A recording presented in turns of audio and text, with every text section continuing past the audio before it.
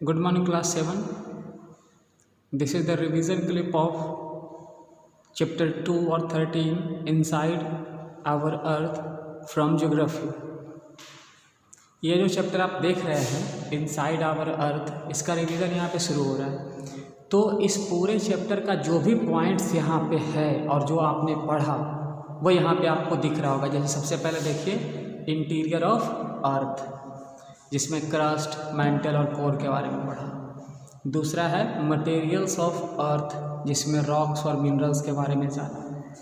फिर तीसरा है टाइप्स ऑफ रॉक, जिसमें इग्नियस, सेडिमेंटरी और मेटामॉर्फिक रॉक के बारे में जाना।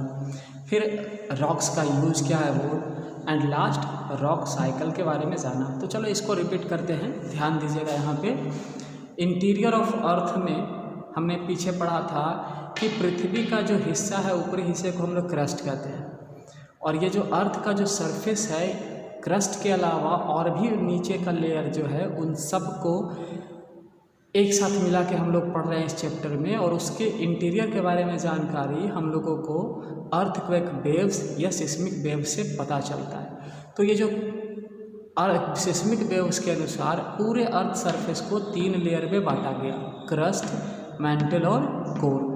क्रस्ट का डेप्थ जो है 5 to 35 किलोमीटर है, ये अंतर हम बताए थे। ओशियन सरफेस में 5 और कंटिनेंट में 35। फिर ये जो क्रस्ट है इसको सियाल और सीमा भी कहा जाता है। हम दोनों का मतलब भी बताए थे कि Si से सिलिकॉन होता है दोनों में, Al से एल्युमिनियम और Ma से मैग्नीशियम। तो इसकी मात्रा पाई जाती है ओशियन सरफेस और कॉन्टिनेंट सरफेस पे, उसी के अनुसार इसका नाम ये सियाल और सीमा पड़ा। फिर मैंटल में हमने क्या देखा, 35 के बाद 2900 किलोमीटर तक जाएगा डेप्थ।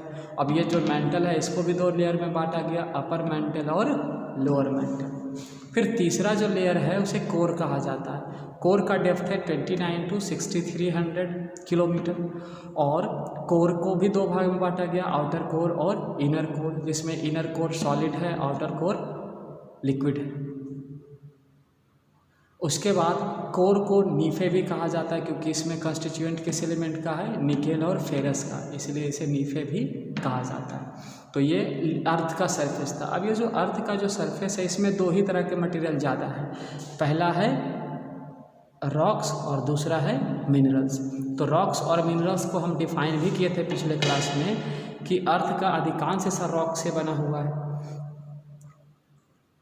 जैसे यहाँ पे डिफिनेशन देखिए, और रॉक का, the material of the crust और lithosphere are generally called rocks.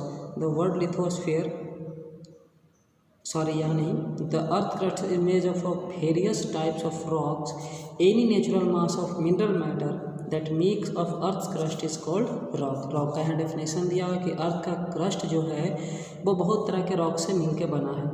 तो जो मिनरल का जो नेचुरल मास है जिससे मिलके अर्थ का क्रस्ट बना है, उसी मिनरल्स के ग्रुप को कहा जाता है रॉक्स। और मिनरल्स को क्या डिफाइन किए थे कि are naturally occurring substances which are definite chemical composition and chemical properties.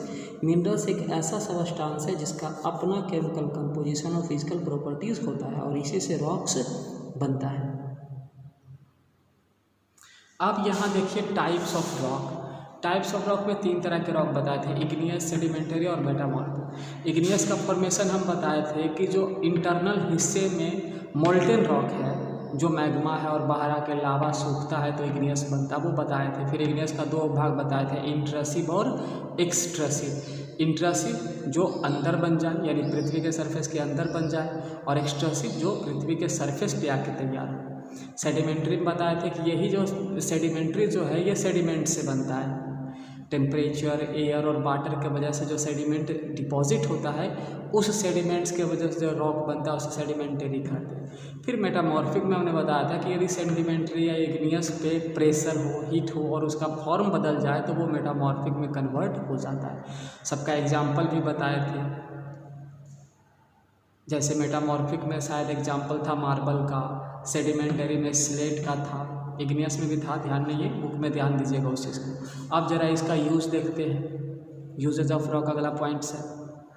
अब यहाँ पे यूजेज ऑफ रॉक आपको दिख रहा है, यहाँ पे देख लीजिए रॉक का यूज कैसे किया जाता है। स्टोर हाउस है मिनरल्स का।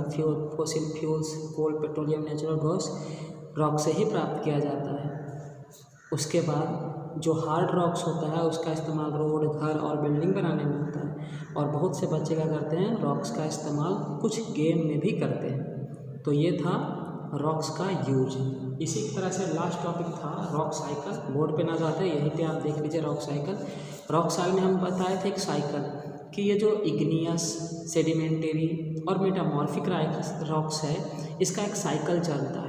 और साइकिल कैसे चलता है वो आपके बुक में यहाँ देखो पिक्चर दिया हुआ है, साइकिल कैसे चलता है।